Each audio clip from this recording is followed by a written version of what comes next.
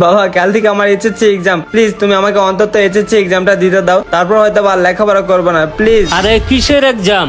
এই তোর এক্সাম টেক্সাম লাগবো না, এমনি শার্ট খুল আমার সাথে কাজ কর। শেষ পর্যন্ত আমার মতন এই রিস্কা চালাই খাইতে।